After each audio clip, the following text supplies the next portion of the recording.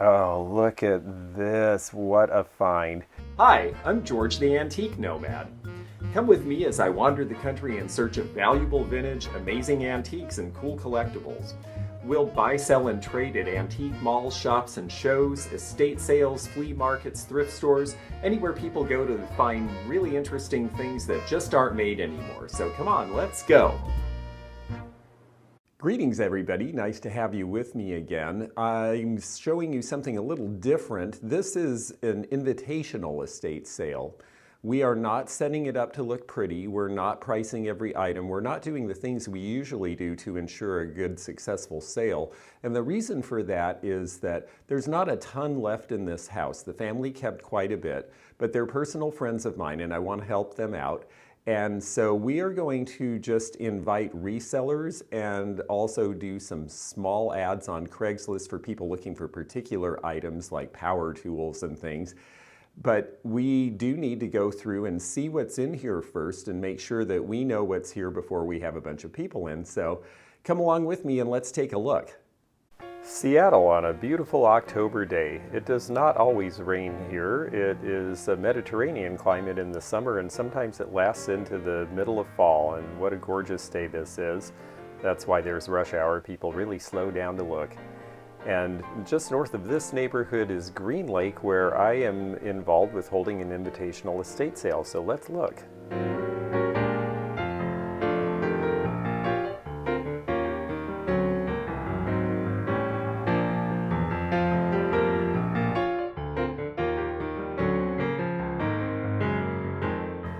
The first thing I do is peruse to see where the old stuff is and what should go elsewhere. This crock's going to go with me to Kentucky because we'll get more for it. Around the corner we go into the living room here and we see two tables, and I'm going to slow down because I want you to see the difference here. This first one is Danish.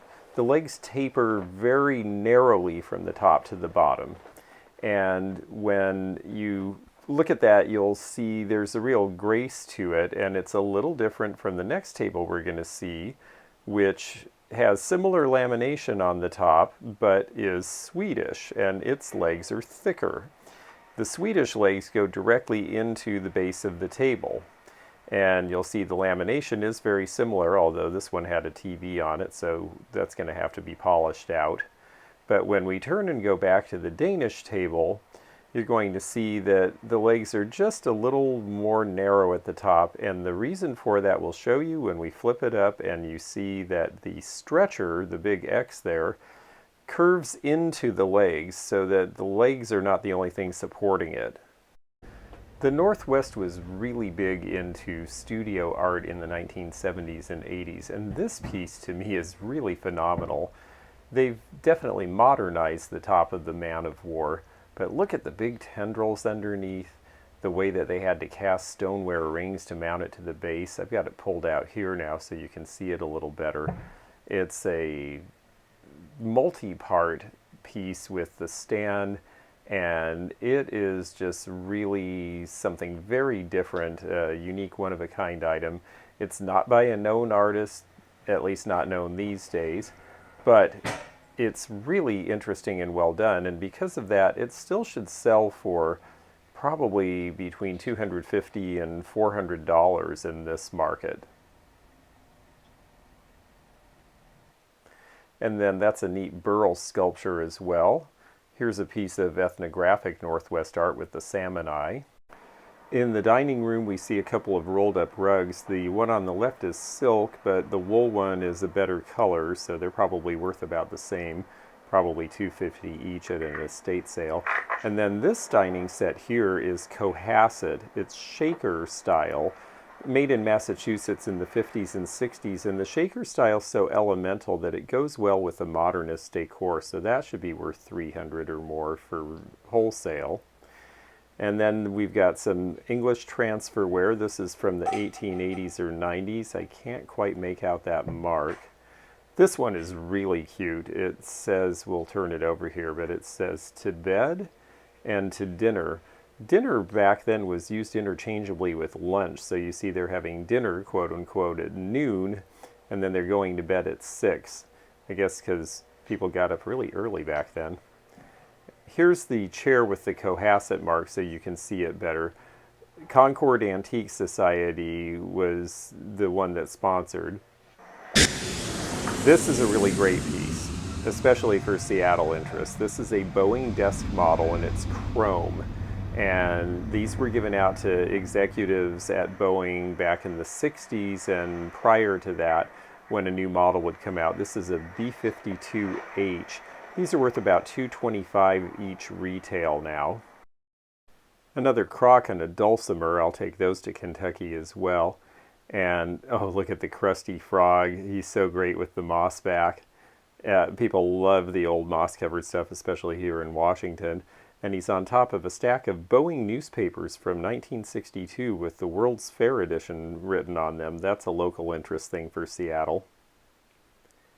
This spotlight with the red, white, and blue is from the mid-70s, of course, because of the bicentennial colors, and it is USA made, and so that means it's probably worth in the excess of $100. This Yei, Y-E-I, corn people weavings were $35 or $40. That's from Arizona. And then this is a neat set here. This is leather and chrome, 1970s from Denmark. And I like that little 3-leaf clover foot. I'm going to turn it upside down so we can see if this one has a label. Some do and some don't. But we'll get around back here. And this one says Kebe. Okay, so it's not a high-end designer, but it's a good design. That should be worth about $400. There's a lot of books in this house. Some of them may be antique or vintage, and we'll take a little time looking through those so we know what we've got. And more studio pottery, more boat models. Those are cool. And up here is an airplane model. The two pieces of glass are actually early American pressed glass. And then good totem pole, another interesting piece of stoneware by a regional artist. So there's some cute things in this house that definitely should sell to dealers and decorators alike.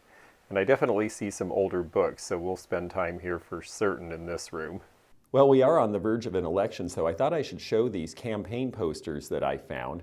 These are from 1972. I don't know if it's the Tonka truck painting on the guy's Jeep or if it's his sort of hippie-looking nature, but I have to say, I was a little surprised. He doesn't look like the average Republican that I see nowadays. Apparently, you were supposed to send a tiny message by voting for him. I don't think he got elected. Here we are in the kitchen, and you know, a lot of this stuff has value. In an estate sale situation, I'm not just selling antiques and vintage, but there are some collectible looking patterns here. Oh, look at the frog. That's great. I think Jocelyn at Crazy Lamp Lady would buy that. She's actually got me looking at those sort of mugs now. And then Dansk. This is Portuguese made, so it's not as valuable as the French or Danish, but it's still a decent pattern, and I have a feeling we'll have a buyer for that.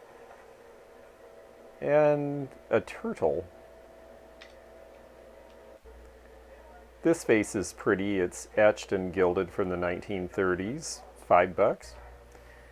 And oh wow, look at the camel. Yeah, there is some neat pottery in this house, that's for sure. All these little animal-footed critters. Again, Northwest. Kitchen island here looks like it's solid butcher block and some decent quality cookware, all clad in Calphalon. KitchenAid. KitchenAids are automatically about a $100 bill for us at estate sales, and that's because they go for $2.25 and up online. And that looks empty. That Pyrex bowl's pretty used up. Let's see if there's anything in here. Nope.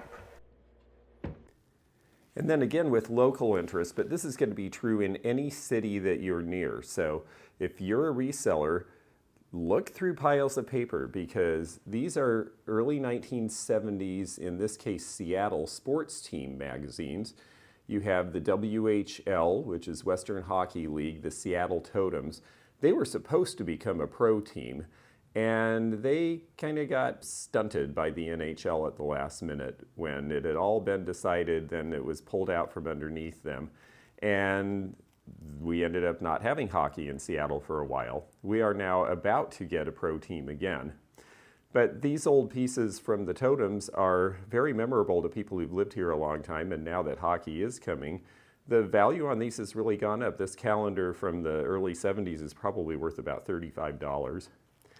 And then this is the team that is no more. This is the Seattle Supersonics. This was our first professional team in Seattle. And this is the old logo. The Supersonics were made after the SST, the Supersonic Transport, which became the Concorde. That was going to be the big plane that was going to propel Boeing's growth in the 70s. And even though it could go really, really fast, it couldn't hold very many people, so it didn't do too well. The Sonics did pretty well, though. This is 1972. By 1979 and 80, they were in the championship game and won their first championship. And they were playing the Portland Trail Blazers in this particular game. Old Sonic stuff, because they're not around anymore, also is going up in value. This is probably worth $15 to $20. So we're going to go upstairs here, and I like that painting. It is really cool. Look at the knife work. It's got great color. It's very much 60s modern, but they didn't sign it. I'm sure it's another Northwest artist. They were very humble about their work back then. I wish they hadn't been. It would help us. But it'll still sell for $50, I'm sure. And then let's see what's in here. It looks like a sax, and ooh, and it's a good saxophone. This is a Conn Model 10M. I played sax in high school, not well, but I recognize this. It would have a nude woman on the front, so I won't show you the front, but it looks like it's all there. It could be worth a few $1,000s, but it's been stored, so probably less for restoration. And let's see, in here we've got some vintage fashion laying around and some hats. That's cool. And some nice looking knitwear. I understand the lady of the house did a lot of these. I'd like it to say Pendleton, but I think it's her work. But she was very good, so people will still buy it. Little modernist hat rack there. That should sell for something. And I see, ooh, an old typewriter. That's neat, with the typewriter stand from the 60s. That should be worth $50 in the retail store.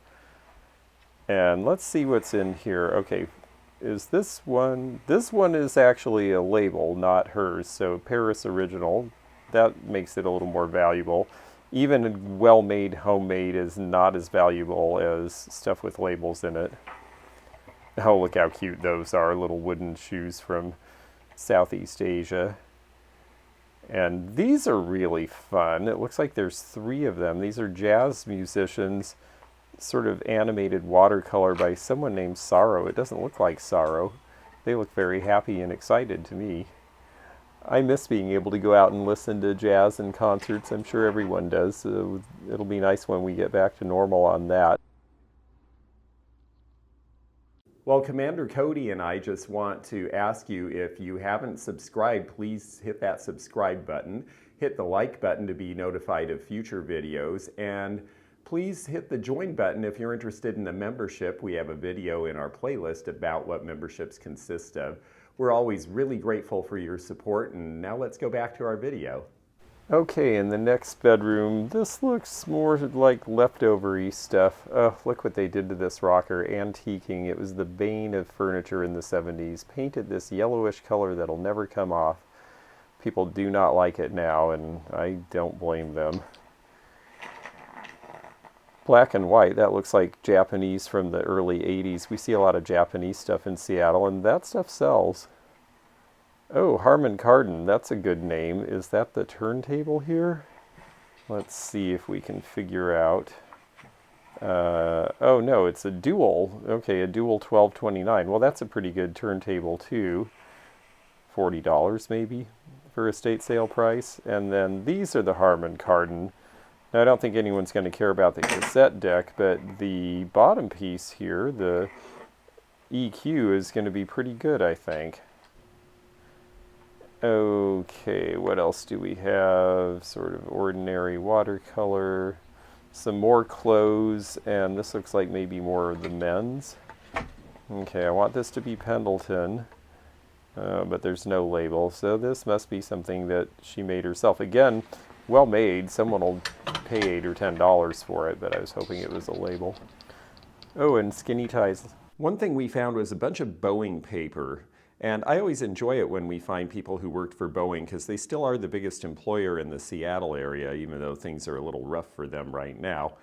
And people are very fascinated by the stuff that they were doing, especially in the 60s during the space race and also back into the 50s. This is the compendium of Boeing airplanes made between 1916 and 1955.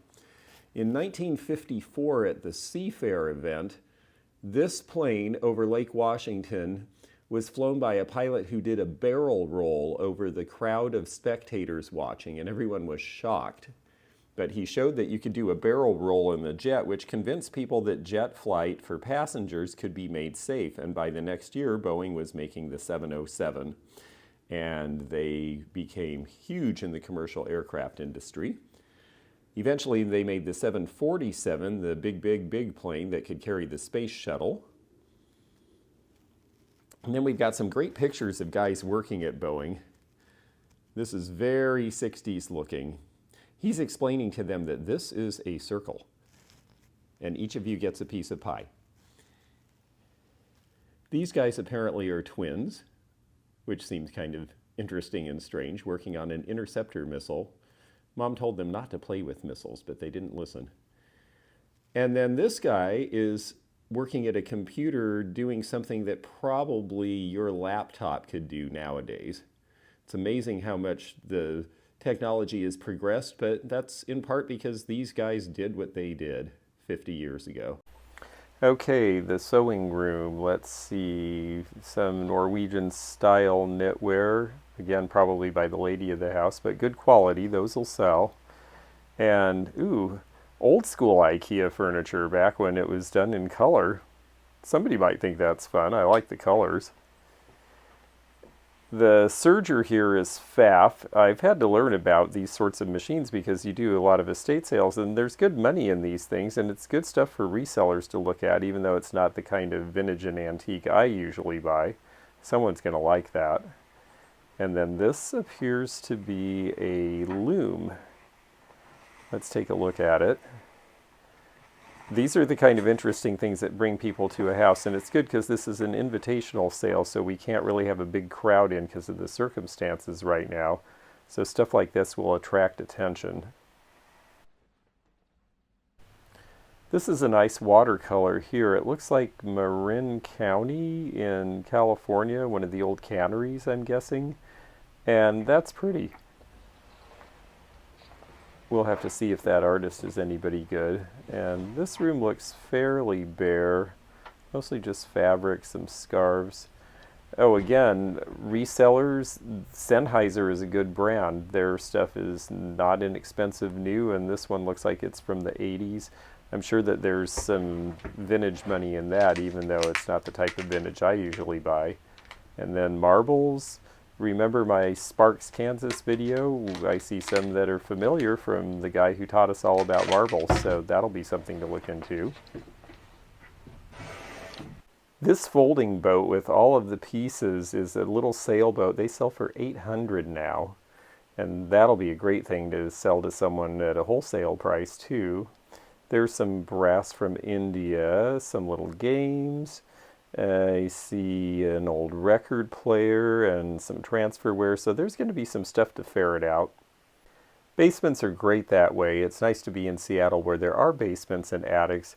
In Florida, we don't find this kind of thing because no one's got that. So, okay, in this room we've got a side-by-side, and it's missing the glass, so it'll probably only sell for about $100. They used to go for $600 or $750 retail. Now they go for about half that, but the glass is flat, so it'll be easy to fix. This is a dust collector. There are definitely some things in this basement, in this shop, that are good, like the paint sprayer there looks like it's got all the original paperwork. There's a radial arm saw, and I look for this kind of thing. That's vintage, the old wood block clamps. There's a joiner here, so there's money in here. I don't see a lot of old tools or vintage stuff, but this will definitely do well, and we should get people who come out for these particular things. Outdoors, there's a potting bench. I see a galvanized pail that'll sell to an antique dealer, and that ceramic thing is from an old Red Wing pot, but this thing is cool. These old 70s things, if they're a little mossed up, are really popular with decorators now, and we'll probably only get 15 or 20, but I'll bet someone will sell it for 40 or 50 retail. Oh, look at this. What a find. This is an original 1960s paper dress, and this is the one that was based on the Andy Warhol soup can art of that period. Then this is worth a bunch of money. It could sell for several $100s easily. Great find. And this is also a cool find. This is worth about 85 to 100. This is Knights of Malta, and it is an apron from the Masons, but specifically the Maltese cross there tells us it's Knights of Malta, and there's the skull and crossbones, and that's the back of it. Really cool piece. There's a little pile. This is the first dealer pile. Someone has put aside the totem and a Native American basket. And they also have put aside this metal bowl here, and I want to show you the back of that before they pack it up and take it away, because it says NA on it, which is for Nomad. It just didn't always impress very well, so you won't always see the full signature. It's a little hard to see. There we go. But Nomad was popular in the late 70s and early 80s. It's hard to find not scratched, but it's a great modernist look, so if you can find them in good shape, they definitely sell. And yeah, let's look at this totem a little closer. This is a fun 60s or 70s piece, not a really serious one done by a Native American artist that was accomplished, but really still a fun look, and people just enjoy them. And let's see what else he's got here. Oh, there's a cool book that we didn't see before. Living Thoughts. Look at the angel on that. Poet, sage, and humorist. Now, poetry books are not terribly valuable usually, but this one, it's more about the cover. A lot of people are just buying these as decoration now. The book market seems to fall into people who are real bibliophiles and people who just think they look cool, and that's the look cool side. And I see that the ship model is going home, so cool, we've got our first sale.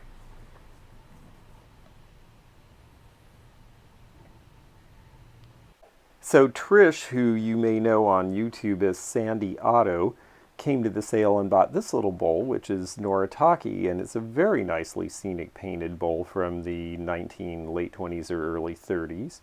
It was really good to meet her, and I can't wait to see her perspective on the sale as a shopper, especially because this was a digger sale. We didn't price the stuff and set it up like we usually would in a fancy, formal way, because we were just inviting a few people at a time.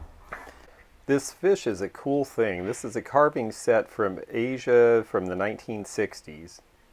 We see this in Seattle because people brought them home from being stationed overseas. Ooh, let's drop that. And this is going to retail for about $35 to $45. Okay, let's see what other old things we've got on the table here. Some cameras, a Minolta, the Kodak stuff where it's got the kits with the pictures on them. That actually sells well because a lot of people who collect cameras like those as backdrops. And then this is an old 1930s Filmo. This is going to go on eBay. This is a $35 to $40 book, very interesting, and it's got the dust jacket, first edition from 1945. And this is an interesting book because it's from 1903, and it is the American Home Educator. This would have been at a time when compulsory education was not yet the law in the United States, so people were really trying to elevate education and make it seem important. And this has Thomas Edison as an example. Let's see here. I want to see how this is sewn in. That's because it's a fold-out map, and this map helps date this piece because Oklahoma is split in half, and half is Indian Territory, so pre-1907. This I think was cool because you have women studying practical industrial arts. So education at this point is being seen as being important for all people. And this will go online as well. This is Webster's Dictionary. It's not in great shape. The spine is cracked, but this is from 1857. It's got some problems. You see the spots. That's called foxing. It's where the acids through bad storage get into the paper. But these early dictionaries, when you get back to this era and earlier, are still worth quite a bit of money compared to a modern dictionary. And this is also from the 1850s. This atlas shows the West Coast with Washington as a brand new territory with a population of 4,000 people. And this is Up Front by Bill Malden. He served in the U.S. Army and also created characters based on GIs and cartoons describing what they were actually going through. So it was a slice of life for the people back home. The original first edition goes for about $30. The 1902 Sears catalog reprints from the 1970s, I love these. As a kid, I just poured through these because they are such a great compendium of the products of the Sears catalog at the time. And you can just see all these old things. You've got watches for ladies, and yes, they were called ladies' watches. They still are technically. And then you've got bicycles for men and women, $10.95. Wow. Here's a pile that another dealer is getting. There's another Kodak bit, the photo hobby outfit. This is so that you can print your stuff at home yourself without a darkroom. And it looks like it's got most of the stuff in it. So that really doesn't come up very often, and they're usually incomplete. I imagine it's worth about $30. These pretty painted china pieces are Noritake china, and while Noritake from after World War II is by and large very hard to sell, the azalea pattern here from before the war still sells pretty well. The casserole should go for about $45 to $50. This is a butter dish here with the strainer, and that's a good piece. The gravy boat, the serving pieces still do well in this. It's a very pretty pattern, and it was all done with hand painting. And let's see what we have over here. Speaking of hand painting, the gold is painted on this freehand because it is for a particular person. Carl Wehrling in this case. That is a mustache cup that would have been kept in the barber shop. And this one is as well. This one has a heraldic eagle crest, and I believe is a military institute, if I remember correctly. I'll have to look that up. This one unfortunately has a hairline crack, which is going to really diminish the value. The other one in good shape is probably worth about $25 retail. And then this is cool. This is etched World's Fair 1904. It's ruby flash, which means they just flashed the color on. It's not in the glass, it's on the glass, and then they'd etch the details on it. But this was something that was made with a patent in that year and probably introduced at the World's Fair. A lot of product introduction was done at World's Fairs.